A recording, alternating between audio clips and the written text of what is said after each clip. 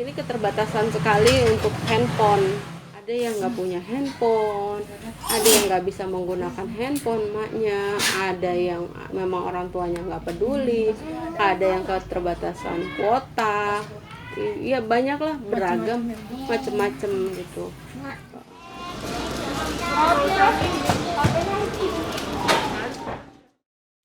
Halo, selamat malam. Ini Mas Menteri melapor dari rumah hari Senin 16 Maret. Marilah kita menyelamatkan nyawa masyarakat orang Indonesia dengan bekerja dari rumah, belajar dari rumah, dan beribadah dari rumah. Adanya pandemi virus corona ini membuat banyak aktivitas harus dilakukan di rumah sesuai anjuran pemerintah. Tetapi, nyatanya tidak semua sekolah atau kelompok belajar mampu menerapkan pembelajaran jarak jauh ini. Salah satunya adalah kelompok belajar di Kelurahan Cilincing, Jakarta Utara, yaitu Rumah Belajar Merah Putih. Alhamdulillah, mudah-mudi ini zaman bukan tak pandai pengetahuan ilmu dan adat. Sholatan ini. Saya pernah sholatan.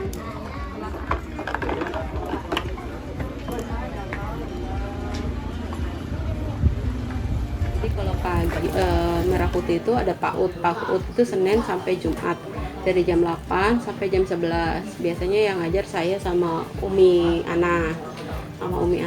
Kita ngajar gitu. Dan ada beberapa volunteer kalau misalkan sudah terlalu banyak nih muridnya, kita ada volunteer orang sini juga.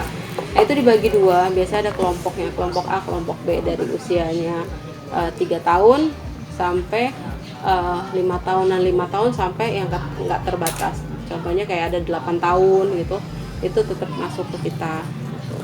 Nah kalau yang usia tua yang usia siap SD itu dimasukkan pagi agar jadi suatu terbiasa mereka bangun pagi seperti itu. Kalau paket itu Sabtu, Minggu, Selasa. Biasanya kalau Selasa itu mereka ujian-ujian.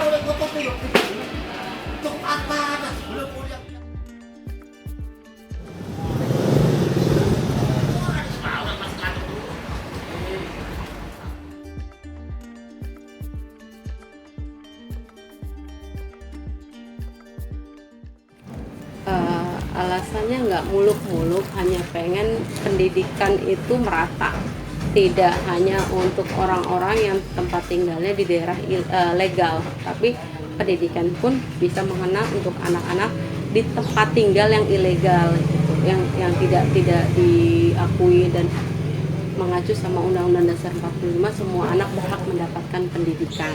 Itu terkadang kita perlu yang namanya ijazah, ya kan, walaupun sekolah negeri itu gratis tapi tetap untuk ongkosnya. Nah di Merah Putih ini kita membantu mereka yang tadinya tidak punya akte atau legalitas, mereka kita bantu gitu. Kalaupun mereka belum sampai saat ini belum bisa, kita masukkan dulu ke paket sampai nanti ijazahnya aktenya ada, baru mereka ujian. Dan nanti setelah ujian entah dia di paket A, paket B nya kami usahakan untuk keluar dari Merah Putih untuk itu. Cuman ada yang nggak mau dengan alasan satu body shaming biasanya, kedua anak-anak itu orang tuanya bilang nggak mampu untuk ongkosnya per hari seperti itu. Rumah belajar ini didirikan di tengah lingkungan yang kurang memadai untuk seorang anak dalam menuntut ilmu. Berdasarkan data dari Badan Pusat Statistik Kota Jakarta Utara, Kelurahan Cilincing memang hanya memiliki beberapa sekolah. Namun, karena beberapa alasan itulah Rumah Belajar Merah Putih ini didirikan. Jadi sebetulnya dari tanahnya ini dibilangnya drainase. drainase. Jadi tanah yang memang peruntukan bukan untuk tempat tinggal seperti itu. Nah, banyak orang di sini menyalahgunakan. Memang nggak semua. Nah, di sini banyak tempat prostitusi, tempat PSK gitu, dan tempat di mana tindak kekerasan tuh lebih banyak di sini. Nah, jadi di sini pun pendidikan bisa dibilang untuk yang lulus SMA itu bisa kita hitung dengan jari. Nah, makanya saya mendirikan sekolah Merah Putih di sini. Sosok di balik Merah Putih tidak hanya Bunda Desi. Ia juga dibantu oleh banyak relawan lainnya. Salah satunya adalah Umi Ana, salah satu orang tua murid yang juga menjadi pengajar di sana. Tertariknya karena saya kan biasa mengajar, jadi anak-anak sini kan nggak ada yang mengajar, jadi ya saya membantu Bunda buat kesini, buat ngebimbing anak sini juga daripada dia main, mending kita ngajarin dia di sini kalau pagi. Terus aja ya ketemu anak-anak main kan, jadi bisa kita ngajar juga. Jadi kita kumpul-kumpul gitu, saya senang sih ada anak kumpul. Kesulitannya ya kalau lagi ngatur, kalau dia lagi bercanda ada yang nangis kan, ada yang nangis, ada yang bercanda, jadi kita ngatur agak-agak repot kayak gitu. Ya jadi ya harus sabar-sabar aja. Usaha dari para pengajar dan relawan berbuah manis. Anak-anak yang belajar cukup menikmati proses pembelajaran yang bukan hanya formal, tetapi juga pembelajaran yang memanfaatkan lingkungan sekitar. Tentunya, orang tua murid di sana merasa terbantu dengan adanya rumah belajar Merah Putih. Tahu dulu kan kakak sekolah di sini anaknya, jadi saya sekolah di sini, katanya sih bagus.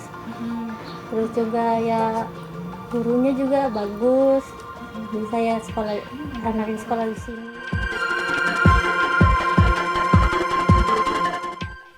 Menurutnya, saat awal pandemi berlangsung, orang tua sempat bingung karena rumah belajar Merah Putih tidak beroperasi, sehingga anak-anak harus belajar di rumah. Pakai handphone itu susah gitu. Jadi kami jemput bola, jadi kami kasih fotokopian, kerjakan di rumah gitu. Terus ternyata ketika saya melakukan itu tindak pelecehan ada. Nah, kalau kami tidak, jadi kami berpikir kalau kami terus melakukan ini bahkan akan ada banyak tindakan pelecehan lagi yang ada di sini gitu. Jadi lebih baik ya udah anak-anak kita buka tatap muka saja, karena kalau nggak tatap muka tetap anak-anak main juga, tapi ujung-ujungnya mainnya di sini juga gitu. Jadi ya sudah, kita belajar aja di sini. Benar saja, murid-murid menjadi tidak terpantau dan salah satu murid mendapatkan kejadian tidak mengenakan, pelecehan seksual. Rumah belajar Merah Putih akhirnya terpaksa kembali diadakan secara langsung. Padahal, A sangat senang selama beraktivitas di rumah belajar Merah Putih. Kenapa sih mau belajar di sini di rumah belajar Merah Putih? Senang, banyak teman, rame, terus bundanya juga baik, yang ngajarinnya juga enak.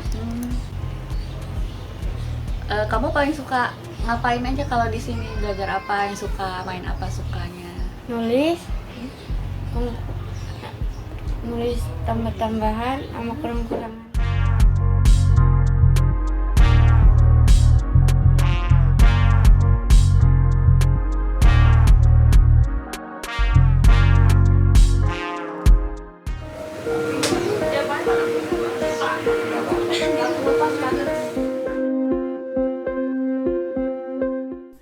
Lingkungan yang kurang memadai di tempat rumah belajar Merah Putih membuat pemerintah tidak mengakui adanya rumah belajar ini. Meski begitu, rumah belajar Merah Putih memiliki yayasan dan bekerja sama dengan beberapa pihak, sehingga rumah belajar ini tetap menghasilkan ijazah yang legal.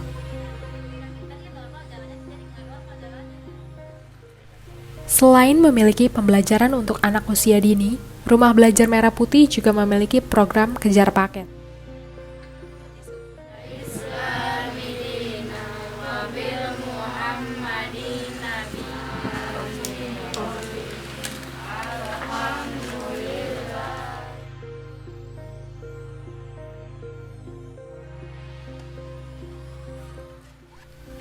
Salah satu murid kejar paket dari rumah belajar Merah Putih adalah Reza, remaja berusia 19 tahun. Saya SMA jurusan manajemen perkantoran. Ya, saya putus kelas 2 terus lanjutin di sini. Menempatkan Dr. Muhammad Razif sebagai Duta Besar Republik Indonesia yang pertama. Reza sangat antusias setiap mengikuti proses belajar di sana. Ia juga sangat patuh terhadap perintah yang Bunda Desi arahkan ke Reza. Menurutnya, dengan niat dan belajar sungguh-sungguh akan membuahkan hasil yang terbaik nantinya.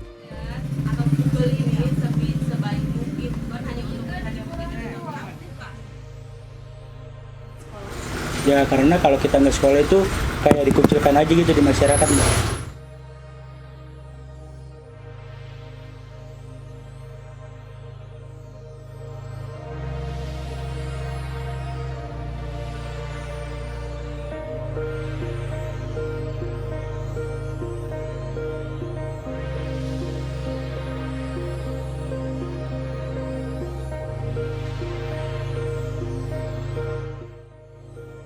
Ya saya mengucapin banyak terima kasih aja lah.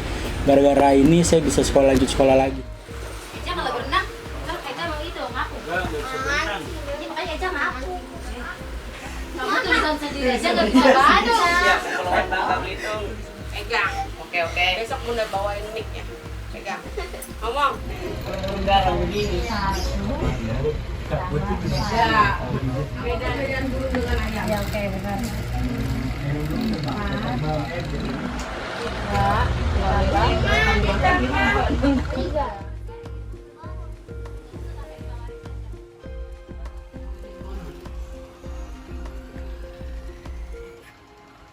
Ciri fisiknya apa?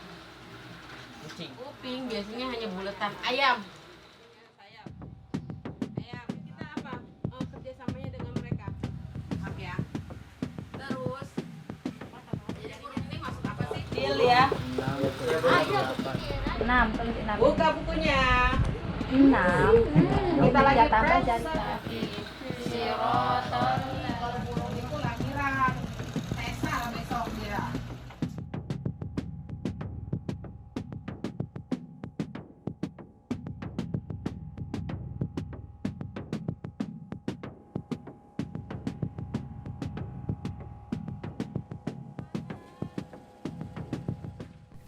Rumah Belajar Merah Putih tidak hanya melakukan pembelajaran di dalam ruangan, tetapi juga di luar ruangan, seperti di atas kapal atau di pinggir pantai. Hal ini dilakukan agar anak-anak tidak merasa bosan dan merasakan suasana yang berbeda ketika belajar.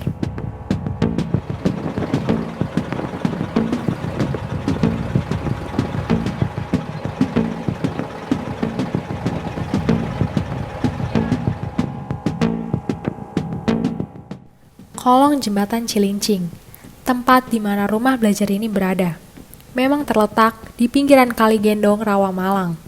Aliran air ini menuju langsung ke Laut Cilincing, Jakarta Utara.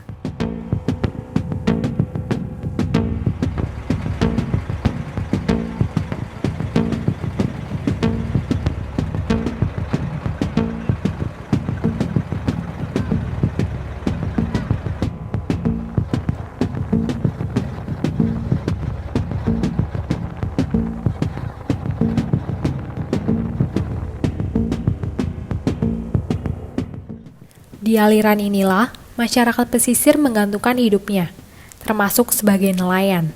Daerah ini juga sangat dekat dengan terminal peti kemas Kalibaru, yang merupakan proyek arus logistik di kawasan Pelabuhan Tanjung Priuk, Jakarta. Aku pernah jalan sini jalan-jalan ke Pulau Damar. Bapakku kadang Di sela-sela pembelajaran, Bunda Desi juga memberikan waktu untuk bermain di sekitar pantai.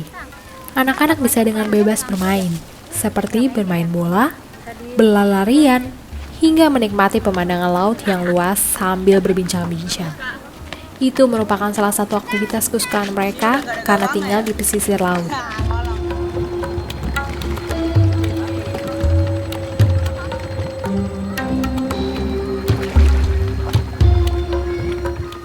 Dengan bermain, hak mereka sebagai anak-anak tidak terampas. Lagi pula, semangat untuk belajar bisa bertambah lagi setelah menyegarkan pikiran.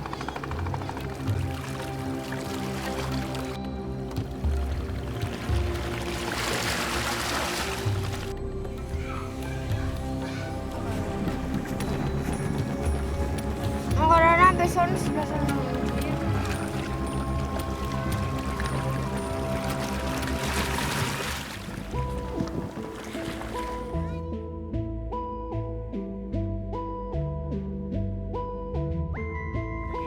Belakangnya.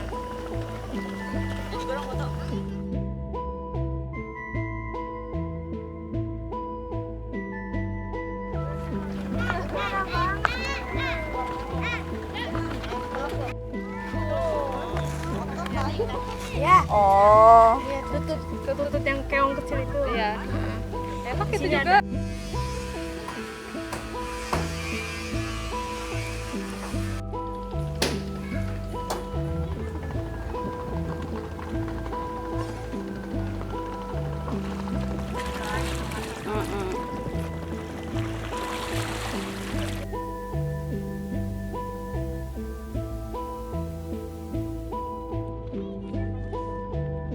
Dengan bermain sambil belajar, Rumah Belajar Merah Putih menjadi tempat ternyaman untuk anak-anak di sekitar sana. Jadi yang kita membantu mereka minimal mengurangi angka anak putus sekolah seperti itu. Dan Merah Putih juga menjadi tempat teraman dan ternyaman untuk mereka bermain di sini gitu. Harapan aku sih Merah Putih itu masih tetap eksis untuk bisa bantu anak-anak di sini, masih bisa istiqomah. Lalu kepengen sekali bukan hanya kami mengeluarkan ijazah, tapi juga membantu mereka punya keterampilan.